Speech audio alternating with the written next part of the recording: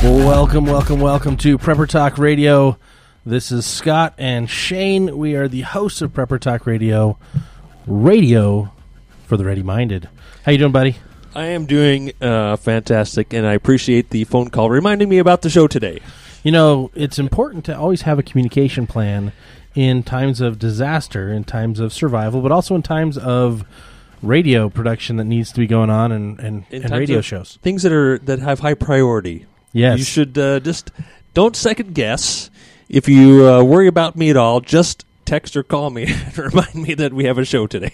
Absolutely. Well, it's funny because I was on my way down here an hour and a half early and just was thinking, oh, hey, better call Shane.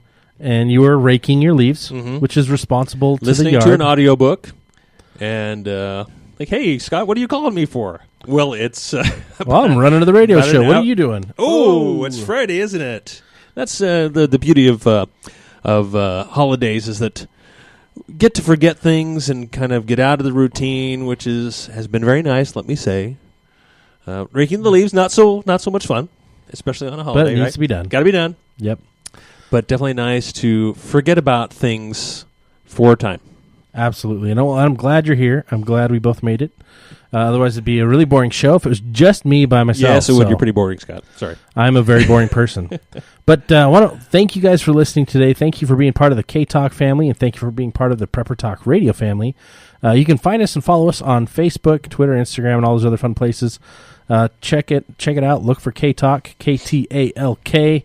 We're based out of Salt Lake City.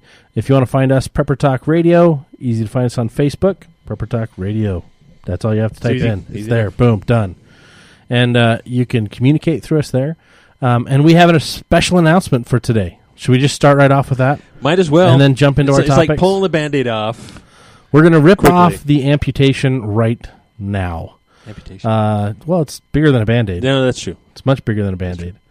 And those of you who are listening are probably like, what the crap are you guys talking about? It's more of an amputation, that's correct. It is like an amputation or even a possibility of a decapitation. Well, not quite bad. Not that bad. All right, ladies and gentlemen, you've been listening long enough for us rambling on. We wanted to announce and want to thank KTalk for allowing us to be here as long as we have. But this is our second to last live show. Yes. I say live show because after today, next week is our last live show here at KTalk. And then we're going to an as needed or as inspired podcast only. Yes. We need to take a break. We've got some other things that we feel we need to be doing right now. And as much as we love and enjoy doing the show, there is definitely a time and a season for all things. And, you know, there's always the saying, winners never quit, quitters never win, right? Mm-hmm. And I've held on to that for many years. And, you know, just the saying, never quit, right? And what we've been trying to accomplish, I guess, with the show is hard to measure. It's very hard to measure. Because it's a service, not a business. Right. And we really haven't attempted to make it a business or really make any money off of this. Although I think both of us would love to be able to do this full time. I mean, it would be in the prepping industry, you know, full time. I know we've been there with PrepperCon, somewhat full time, somewhat part time, and over the years, and we really try to live by inspiration. You know, yes. We tried, and so I don't want to say we're giving up because we're not quitting. And I intend to do more on my blog, my personal blog, preparedguy.com, as well as continue on Facebook, and we're going to keep doing that kind of stuff. We're just stepping away from the live broadcast. Taking a step back so we can take 2 steps forward. I'd like to think of it that way. I think that's the only way I can really classify it, and to me that makes the most sense based on what we will be doing. So stay tuned. I mean, we're still going to be producing content. We're still going to be a resource available to you. If you have questions, feel free to reach out, especially on our Facebook page, through our messenger. We are there, and we do respond. Shane's faster at responding than I am. I feel like he's Johnny on the spot. Just boom, done. Got it. Sometimes, yeah. Other times you'll get me, but we'll let you know. But today we wanted to circle back. Now that you know the incredible news and sorrowful news and whatever you want to call it, I want to circle back on the challenge. see how you're doing with the survival challenges this month. Or even the 2 challenges we've given out this month. Yeah, so the first challenge was, surviving on a gallon a day or whatever you wanted to make your daily or 2 allotment. gallons or 3 gallons or whatever that you have already set aside, that you have a part of your regular food storage, your water storage. If you've allotted for 2 gallons of water per day for 2 weeks, then give it a try. Live off the 2 gallons. If you can live off less, great. Then you can conserve, and you can use that for washing clothes. I mean, whatever it might be. Whatever you need. And then the other one was more of a financial and food, or however you want to look at it, but not spending more than what you need to spend. Finding ways to spend less, finding ways to be more conservative with those funds so you can use them in a better way. I'll be honest, it's really hard. When you get used to a certain spending cycle, spending habit, a particular budget. I'm out driving for my work and doing what I do, and I find myself, I'm hungry, and just pulling up into the fast food. Like, no, wait a second, I'm trying this. And then turn around, go around the drive-through, right? It's a lot easier to realize, okay, you know what? I'm going to be home in a couple hours. My stomach can wait. I'll drink the water I've got in my car, and I don't need a soda or whatever it might be to perk me up. I can last a couple hours. It's something as simple and as basic as that. It'll be a lot easier to really test yourself when you're actually in the trial of fire than to pre-game it like we have been right now. Like these challenges are really there to help help you identify what works for you, what doesn't work for you, things that you can change, tweak, and improve on. Like I cut down soda. I cut down, I go out and get these big 32 ounces almost every day. I cut it down to 2 days. Woohoo! I got 3 drinks over those 2 days. Not great. But 4 days, really 5 days, I was good. I was on point, and I did a pretty good job. And, we had Thanksgiving this weekend. Thankfully, I didn't have to go get anything to make that happen. I was able to use mostly pantry food for the last week and a half, really almost 2 weeks, because I was trying the pantry food the week before we did the broadcast just to see how well I could do with it. And this, I think it's a really great test because I find myself going to the store 2 and 3 times a week, and so I think, okay, do I really have? I think I have 3 months worth of food in my cupboards. Do I really have 3 months worth of food? Now, if it's, you're talking about butter or milk, those kinds of things, which, need to be in the fridge. I mean, obviously I can't pack 3 months worth of butter into the fridge. It's going to take up a lot of space. But you can get dehydrated, right? Powdered butter and that kind of stuff. And I think that's part of, a challenge you need to give yourself. We're not going to give you this challenge. We only got, this week and next week to go. But, go down to your food storage, wherever you keep it, and grab that number 10 can of your powdered butter. If you don't have any, maybe you ought to get some. Or you can actually can butter. You can butter. And it'll last you 3-4 years depending on how you store it and the temperatures down there. But you can buy canned butter as well, which is expensive. That's one way to do it. More expensive. And then you realize, man, we really use a lot of butter. Which in our house, I do a lot of shopping, so I realize how much butter we actually go through. And that's just one simple little aspect that you realize, okay, when I'm going, can I not go to the store for a week? Okay, yes, I could, but we'd do without a lot of things. Yeah. Like milk or maybe fresh eggs or something like that. So then you really begin to see the holes in your preparation. Okay, do I really want to live off powdered eggs? No. Not necessarily. Not right now. We could add it to a recipe or something and eat differently. But, I mean, there's so many different options, and it's just, you've got to find out what works for you, and you can't find out what works for you without actually testing it, without actually going through the motions of living that way. And for a lot of us, I mean, myself included, we probably don't try that near as often as we should. We don't practice it near as often as we should. And please take this opportunity and practice it and test it and see how you would survive. And it really doesn't need to be, I'm going to take a week and I'm going to challenge myself to a gallon of water per day. It can be just as simple as when you're brushing your teeth, turn the water off, right? So instead of letting it run, it can be, okay, how much water do I need to do this load of dishes? I'm going to do it in the sink. I'm not going to put it in the dishwasher. How much or how little can I get away with? And I think that's, don't say how much, say how little water do I need to get these dishes where they're clean and sanitized. Well, and if you do simple little things you can do every day.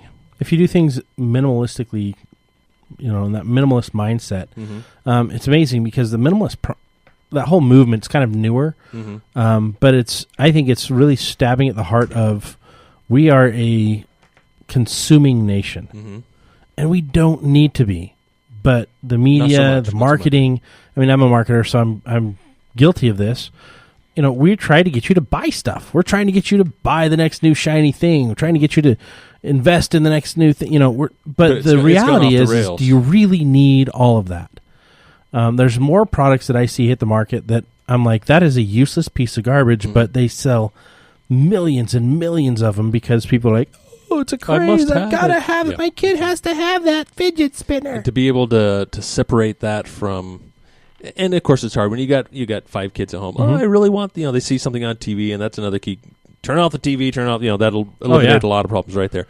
But it can definitely, and it's made hard on purpose. I mean, they do it to make it difficult for us to say no on purpose. Yeah. And like you say, that's the beauty of marketers, and it's kind of our own fault for basically giving into that and not recognizing to have our eyes wide open enough. Exactly. And so with that, the challenge for the next week. Mm-hmm. Okay, challenge for next week. And do we have enough time in this segment to get into it? I think get into it. Okay, we'll get into it. So, and this is something I think we've all practiced to an extent. Power goes out, right? Oh, where's the flashlights? Do you know where your flashlights are? Do you have to scrounge and rummage for fresh batteries? So the challenge is, imagine the grid is down. Mm-hmm. Either just don't turn your lights on, or go and turn the main breaker off to the house or whatever. I don't think it needs to be that extent. Leave your fridge running. You don't need to hook your generator up. But feel free to, again, kind of like the hooked on aerobics, take it to whatever level you'd like to. Okay, I'm going to run the generator I'm going to do it for a day. I'm going to do 12 hours just to see how this goes. Now, let me interject. So in that hooked on aerobics thing, there's that lowest level. Yes. I don't want you to think there's an even lower level of where you can just think about it and it works. Like the I'm thinking about doing crunches and it's helping. No, it doesn't work. Like the commercial, the Geico commercial, the guy doing aerobics in a lounge chair. There you go. This is a lounge chair aerobic easy, right? We don't want you to make it that easy. Do something, right? Take part in this in at least one way. If you can use candles or lamps. You're pushing yourself, kind of like... Exactly. And it's not, it doesn't have to be hard, but just try things a different way, even if it's just for a day. Mm-hmm. I can't turn the power off at my house. I've got a basement rental apartment. We all use the same power. I can't turn it off. Unless they're willing to participate in the challenge with you. Well, they're not, and that's why I can't. Plus, I've got a pregnant wife who's doing, we've got 3 weeks till new baby, and so it's like I can't do that either because she's like, I'm not going to be cold. I'm not going to be miserable. I'm already miserable. You did this to me. You're going to pamper me fault. As much as possible. Yeah, so I'm like, okay. So when the grid goes down, really, I've got to make sure everything's ready to go, and so I'm going to spend this time looking at all of my holes in my plan. I've got tons of wood, but none of it's... Well, I shouldn't say none of it. Most of it's not chopped and stacked yet. So that's actually part of this week's responsibilities on my plate is to get that taken care of. And there's our music, our bumpers coming in. So figure out what part of the challenge you want to do and challenge yourself. Take it up a level. Do it differently this next week. We're going to check in next week. But stay tuned. We'll be right back after some messages from our sponsors. You're listening to Prepper Talk Radio here on KTalk, AM 1640.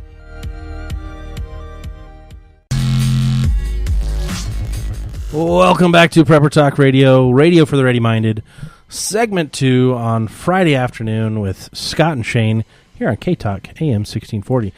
Now we're still in the challenge. We've thrown out the challenge, so now we're going to throw out some tips, some things that can help you through the week.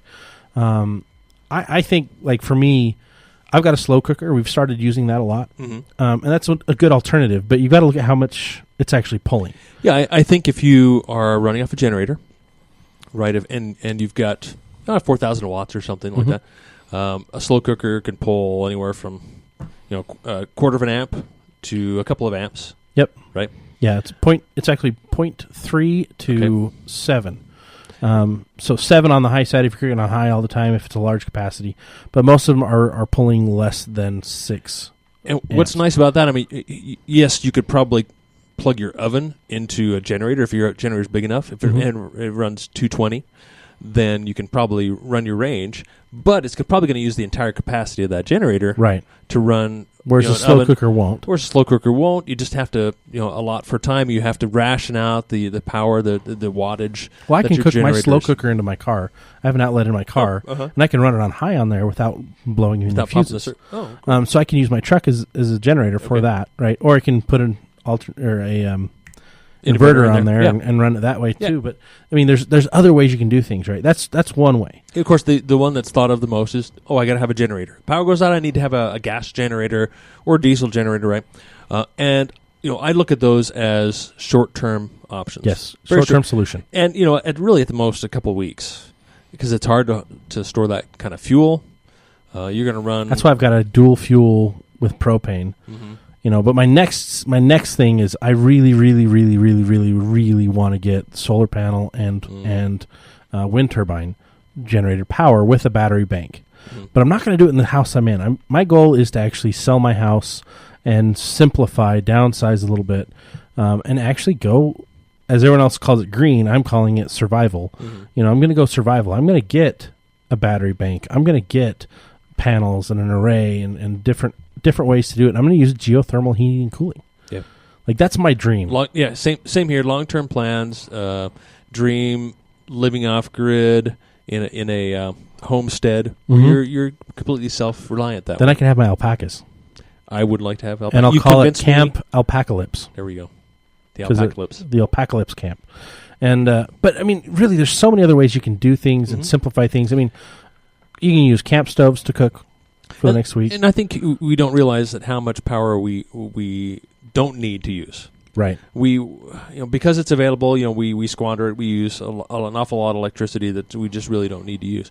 And I think obviously at a minimum, looking at a short-term disaster, probably the first thing I'm going to go to is my generator. Excuse me.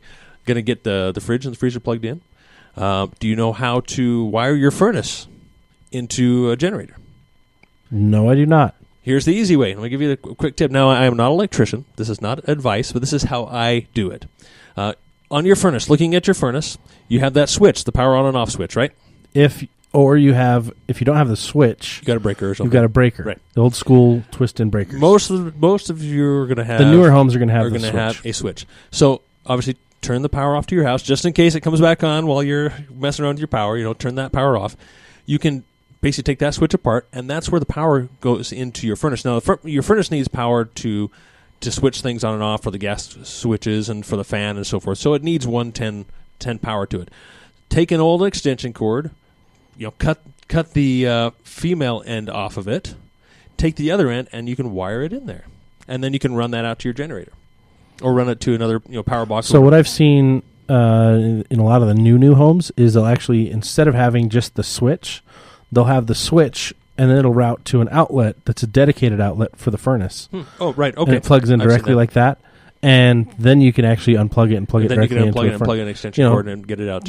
So much easier. Yeah, than having to dismantle it. And again, I'm not an electrician, but I think probably many of you have rewired lighting fixtures in your home or switches, put in new outlets or switches. It's just as easy as that. Keep the color coding going. Exactly. Just match the wires together. And again, not advice. So that's... If you're crazy, that's still not advice. There we go. It's just, hey, here's one idea. We're just throwing stuff up against the wall and seeing what sticks. Exactly. So obviously now in winter, that's going to be a critical item to keep the kids warm. Keep the pipes from freezing. And of course, my goal that I'm struggling with now is talking the wife into getting rid of the gas fireplace, which also runs on electricity, right, to ignite and to run the fan, and swap it out for a wood-burning stove. Oh, that's beautiful. So that way I have much less power requirements in the house, especially for the critical things. Yeah. The fridge, yes, it's critical at first. The freezer, critical. But hopefully you can do without those things, use them up, and you won't have less of a need for electricity over a short time. Over that short time, yeah. Mm-hmm. So we've got two wood fire log fireplaces. Mm-hmm. I'm going to turn one into gas, but I'm going to turn the other one, leave it the way it is, but I'm going to try to eventually get a stove put in. Something you can actually cook off of. Exactly. It just, more of a cook got to stove. change the floor plan, the footprint. But again, that's why I'm like, I've really got to get out of the house I'm in and get into the more long-term goal, sustainable solution. I was actually in a house in Lehigh just the other day, and they had a wood-burning stove in the basement connected to the furnace. Okay.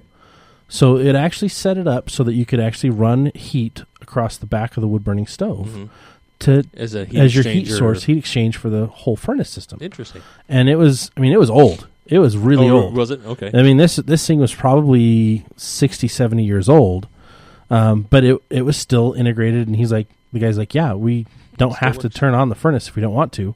We can just turn on the fan and throw some logs in here.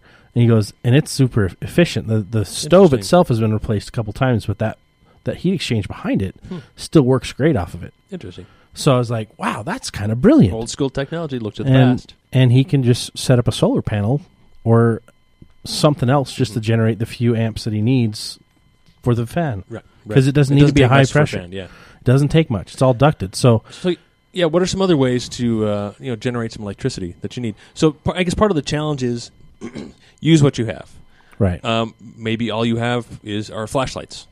Okay. I mean, there's your hole. You find your holes pretty quickly. Yep. Okay. How am I going to power the furnace? Are we just going to sleep in the cold?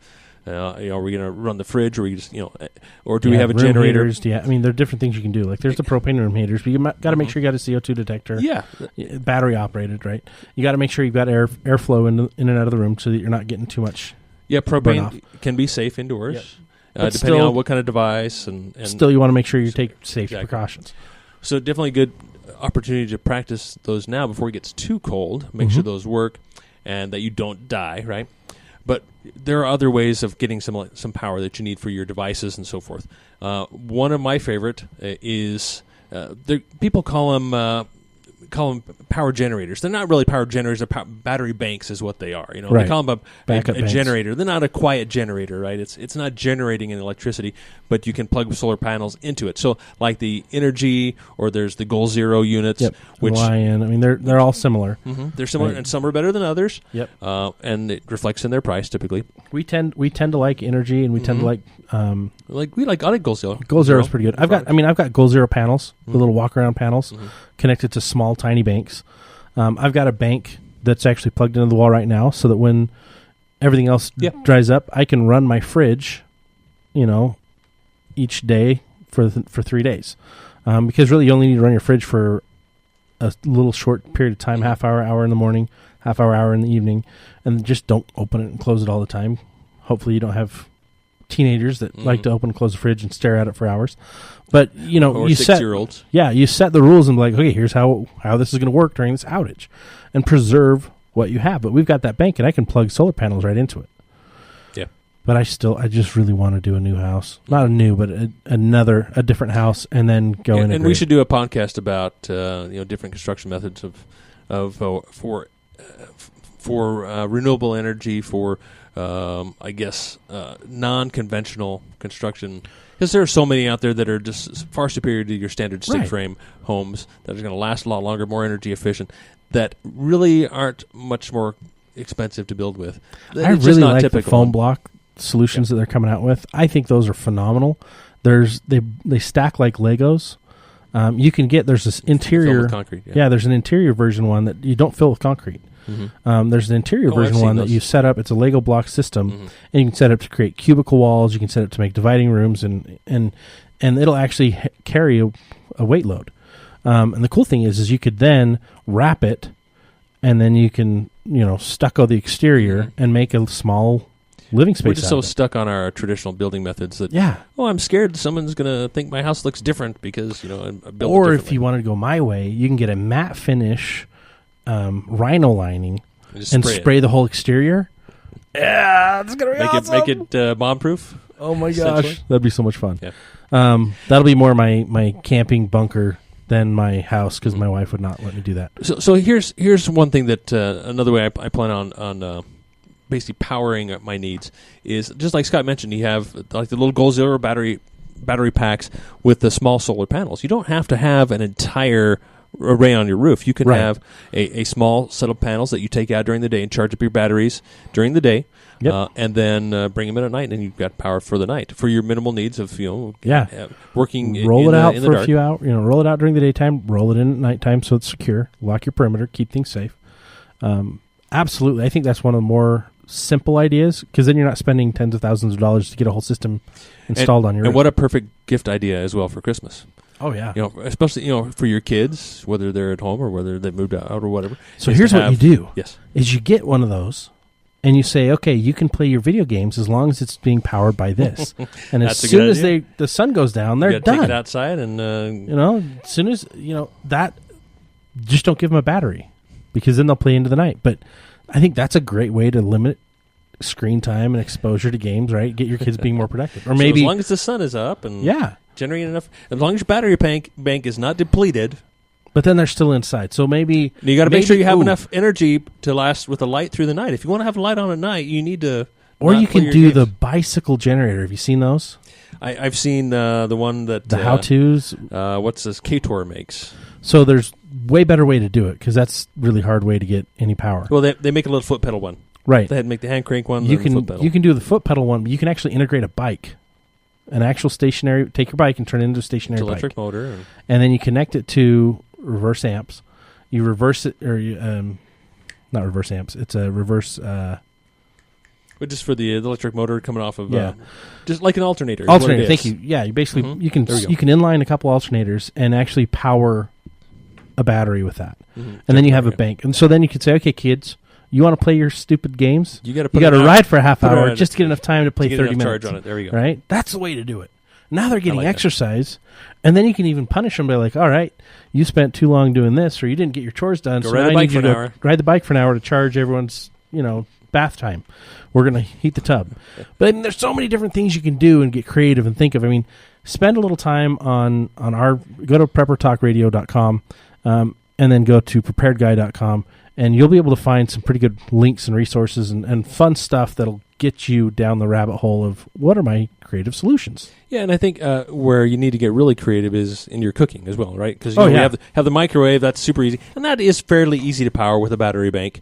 You're using it for a short period of time. You can typically unplug your microwave, plug it into your battery bank or generator and use that. Yeah. And so that's going to be obviously the easiest way to do it without changing most convenient way. Right. You probably can't use your range and make that work, but your microwave, you can plug that in pretty easily because it's just plugged in. It's hanging above your stove, above your range. It's plugged in the cabinet above. Easy to run an extension cord to that. But of course, we also think of the solar ovens, the sun ovens and such, as well as your Coleman stove. There are so many different ways. My favorite way is I really love my EcoZerm Versa rocket stove. It's and if you don't know what it is, do a quick search online. It's rocket stoves are very efficient. I've got twigs that are always falling from my tree outside. We collect those, we save them, and literally a handful of twigs in this rocket stove will boil a quart of water. Well, in 10 minutes. You can also, have you seen those Bear River rocket stoves? Yeah, it's the same principle, same philosophy for an entire stove.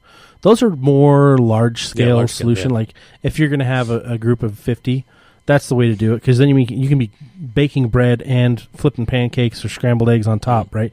It's a 2-in-1 type of solution. You just got to get creative, and if you've got the funding, go have at it, have fun with this. But man, there's so many different ways. Just my mom's got a sun oven. She hasn't used it. She's had it for 18 years.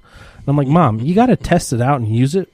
Well, I don't know what to do yet. Well, then open up the box and read the instructions. And it will still work well in the winter. As long as you got sunlight, it doesn't have to be hot outside. And you can run it inside through the glass window. Okay. It's not as long efficient. As you get some direct sun. In there. If you're getting direct sun, even indirect sun, it's still going to work. It's just slower. It could be slower. But if you're worried about security and worried about the smell getting out and people going, oh, so-and-so's cooking food. Climbing the fence and going over there. Put it somewhere safe. I've got a great thing. I've got a huge deck about 30 feet up in the air attached to my family room. Then I'm like, nice, safe place perfect. To cook. Yeah. Who's climbing that? Nobody. And if they try to, I'll hear them because it'd be pretty loud to get up there. But it's a much better way of doing things. Yeah, and I think cooking is definitely going to be critical. So make sure you have multiple ways to cook food, whether it be generated for the microwave or, like I say, or propane power. That Coleman stove works extremely well. And what I love about propane, you can buy those 1 pound cylinders. They cost $3 or $4, and they store virtually indefinitely. Absolutely, and they're perfectly safe to store inside. So get creative with your energy, your electricity use. Play lots of board games under the light of just your not flashlight. Monopoly, because that will cause a civil war in your house. We don't Pick play the safe games. We don't play Monopoly. Lots of card games. Lots of card games. But, Skip Bow, Phase 10, those are some good ones. Just don't get into Sorry, and don't get into Monopoly, especially not Monopoly, because you're trying to survive, not create a panic and a war. So, good so insights. with that, I mean, that's the end of this segment. We're going to jump into some more things we're thankful for when we get back. But stay tuned. Thanks for listening to Prepper Talk Radio here at KTalk AM 1640. We're not going to waste any time. We're going to get right back into it. You're listening to Prepper Talk Radio here on KTalk AM 1640. And we got a guest on the line. We got Tom. And Tom here is got a couple comments on cooking and alternative energy. Tom, you got it? You there? Yeah, first of all, on the rocket stove, just go online. You can make one out of the number 10 can, and it costs about maybe 30 cents or 40 cents. Yeah, that EcoZone Versa stove is about $130, so definitely less expensive to make your own. Man, I learned how to make a rocket stove as a scout when I was 9 years old, Cub Scouts. And there's a lot of ways you can do it, yeah. Tom, that's a great point. What else you got for us? Okay. Your regular home stove converts to gas. Okay. Especially if you're going to go out and do a homestead and you get your 1,000 or 2,500 gallon propane tank. Mm-hmm. And you don't need electricity to run the gas stove. You can run your burners with lighting it with a spark or with your lighter. Yeah, exactly. You don't need any electricity at all to run that. And you can get a propane powered fridge. Mm-hmm. Yeah. Yeah, the vanilla ovens, they don't work so well without power, but right. And one more thing. Stoves, one more thing is there is a type of wood stove made in Russia. Okay. That through the heat thermal exchange process creates its own energy, own electricity. Nice. Now BioLite. I forget what it's called. Yeah, well, there's a company called BioLite. They make small camping stoves that using that same technology. It's the differential to the heat and the cold that creates electricity, and you can plug a USB into it, and they make a larger version of that as well. So yeah, it's probably the same type of technology, I would think. But you're talking like a full size stove, right? Wood stove, yeah. Yeah, dude, cool. That's something to look into. Yeah, and they'll create enough power to run many small appliances. I'm not sure how big they go. I haven't looked up the amperage, but it's been a while since I've looked at them. I'm going to check that out. That's an option. Yeah, there's definitely a lot of... Especially if you're going to do a homestead. Yeah, there's a lot of cool technology you can use out there. There are 12-volt refrigerators that are very efficient, that run off solar directly. Like you say, you've got to go propane. You go off-grid, you go homestead, and you want to have gas, it's got to be propane. There's really no other option in a lot of areas where there's no natural gas just isn't available. Yeah, natural gas furnace, natural gas refrigerator, propane furnace, propane refrigerator, propane range. Absolutely. And if you go do a homestead, get the biggest propane tank you can afford to do, and bury it. Yes, absolutely. Yeah, and bury it. Absolutely. Well, awesome. Thank you, Tom. I appreciate you listening. Great. All right, you bet. Appreciate your comments. Thanks, Tom. Well, you have some great comments. Absolutely, and with that, I mean, here's a company, it's Tegmart, and they actually have an add-on thing you can actually put on your stove. Oh, that's cool. You It's a 100-watt Teg generator. Oh, so 100 watts, 110 so, volts. a little. That's one solution. I'll keep searching and see what else I can find. Cool. But I want to take this last segment and really get into gratitude. I mean, we had Thanksgiving, so we want to do gratitude. Want to do a prepper tip. And I think we'll hold off. Well, if we have time, we'll do some gift ideas. But being that it's Black Friday, you've already missed all the major sales. Cyber Monday's coming up. But gratitude. But I think you can take, as you're prepping for this, I was kind of orienting my gratitude comments to gear things, to preparedness items that could also be used as a gift item suggestion. So we won't make it blatant, but when I say, man, I am grateful for Gore-Tex. I love Gore-Tex. it's like having your own little shelter on you all the time. You know, it's your personal shelter item. So when I say something like that, think, I don't have a nice waterproof, windproof jacket. You know, that could save my life sometime. You know, and add that to your list, right? I am grateful to your for kids' list. packable hammocks. I got one last Christmas. They're pretty awesome. Have you camped in one yet? I have not slept in. I am a stomach sleeper, and I have not tried to sleep on my back in it yet. But it is very comfortable. In a hammock, you can sleep. You'll learn to sleep on your back pretty easily in a hammock. I'll have to add that to my challenge for this month. It's put fun. a sleeping pad in there. Sleep so you don't even need a pad. Well, just a pad just because it's going to be cold, right? It's going to be cold, so I need the insulation underneath me in the hammock because I got cold air underneath you. In the summer, you help keep you cool, but in the winter, you got to have, regardless if you're on the ground or you're in the air, you got to have some insulation underneath it. No. Okay. Your sleeping bag should be plenty of insulation underneath you and on top of you. Oh, I'll give it a try. That's all I've ever had to use. I will give it a try. And I've got the military version where you've got the 3 interchangeable liners, and you can go really cold or not cold. The sleep system. Yep. So yeah, hammock. That's a great. My wife loves her hammock. Every time we go camping, I have to set up both hammocks. Even if we're going to sleep on a mattress on the ground, she likes to sit and read in a hammock all afternoon in the wild, and it's very, very relaxing. And you know, there's a lot of there are a lot of hammocks for sale. I see them everywhere I go. I really like Rupaks. Rupak, yeah, they're really tough. They're fairly expensive, aren't they? No, $40-$50. Well, they're $25 to $35. Oh, okay, yeah, that's cheap. So most systems, but the thing is they come with all the straps you need. A lot of the other companies that you look at, the straps are sold separately, and their starting price is $40-$50. Yep. So then you're $80 to get a hammock. Seriously, costs exactly. $3 to make in Guadalajara or China or somewhere. You know. Yeah, absolutely, and I totally agree with you. Get a hammock that comes with its own straps, own strap system. It's much easier hassle. So yeah, great gift item, great prepping item. Gets you off the ground. I hate sleeping on the ground. Well, another thing that I'm personally really grateful for. You're the knife guy, but I just got a new sheath for my cub, and I love it. I love it. Gear and tools, wait to go play with it. I'm just grateful for all the little tiny things that make this more fun, and because I get to go use those when I camp and when I go play around. And I mean, there's so many tools that we have. I'm grateful for those little tools, but the main motivation for me for prepping is to take care of my family. And so I'm very grateful to have a family that actually helps increase my drive to prep. It took you long enough. Did take me long enough. I'm an old man, and I just started. I know you might say out there, you're not that old. Well, I'm coming up on 42 and kid number 2 all at the same time. Where I'm 46 and I've got 5. And you're done having kids. My youngest is older than his oldest, so much older. Yes. So we'll leave it there. Yeah. But yeah, obviously the most obvious list on gratitude is, of course, health, family, roof over your head, those kinds of things. God and Jesus Christ. Those are the top of my list. And then it goes to family.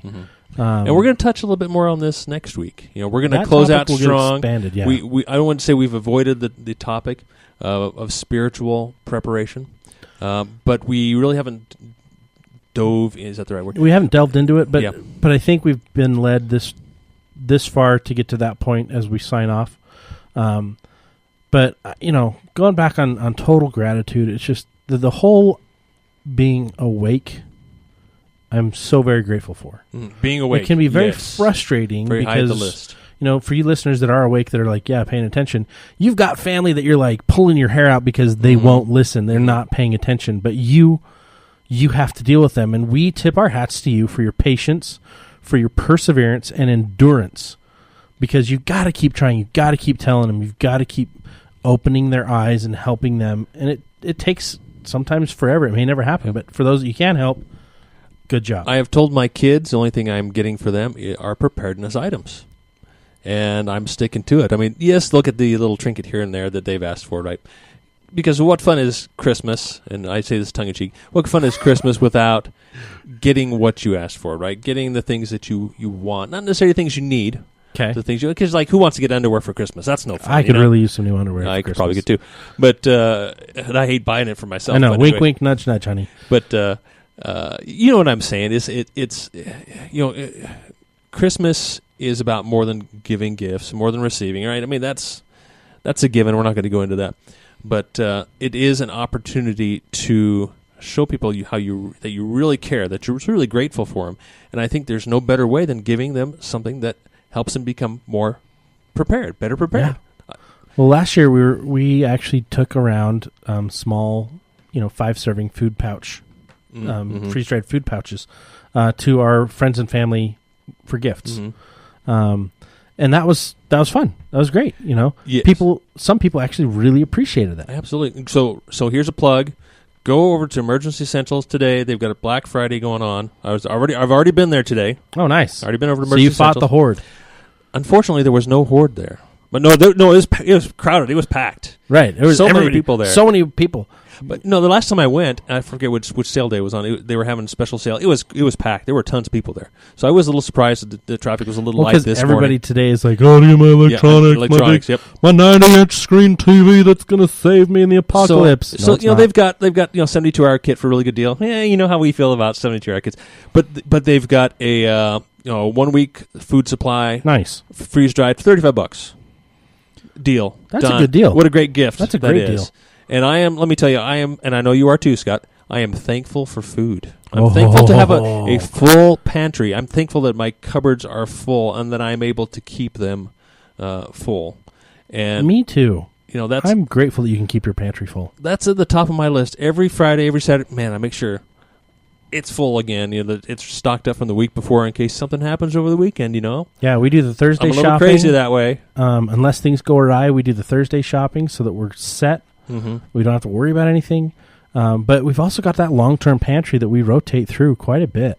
Mm-hmm. And that has been one of the greatest blessings. And I am so grateful for that. And I'll be honest, my wife is phenomenal at making sure that we're rotating and that we're keeping track of what we have and what we use. She has a gift for that. And I am so grateful, honey. If you're listening, you're probably asleep right now because you're pregnant. Didn't get much sleep. And Eliza, our little one, takes up a lot of energy. So hopefully you're napping, but maybe later when you're listening to the archive, you can hear me say thank you on air. You are amazing, Amen. and I'm an idiot without you. And I'll say amen to that as well. Here's another little tip. I'm going to call this a kind of our tip of the day, but also a great little stocking stuffer gift. Okay. A little signal mirror, a little survival signal mirror. And they make them all different sizes. Mm-hmm. I would make sure you get one that's made of glass, not plastic. They work so much better. And make it part of your EDC gear. Put it in your everyday bag. Have it in your glove box, whatever. That it's just a small quality glass mirror. So many uses that I think people don't think of. You can use it for self-examination.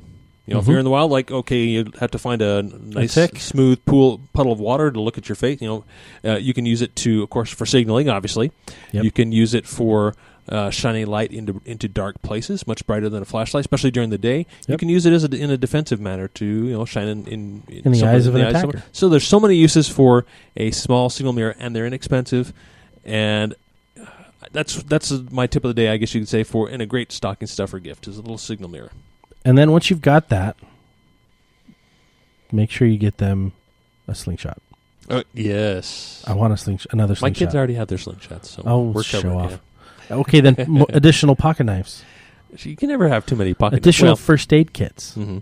So, the personal carry kits. Mm-hmm. And then you have from there you go to your trauma kits, right? And then you got your bigger stuff. But there's so many, my Christmas list this year was super short, and I'm very grateful for that because we've got a lot of the things that we need, and we're rotating through, and we're taking care of those things.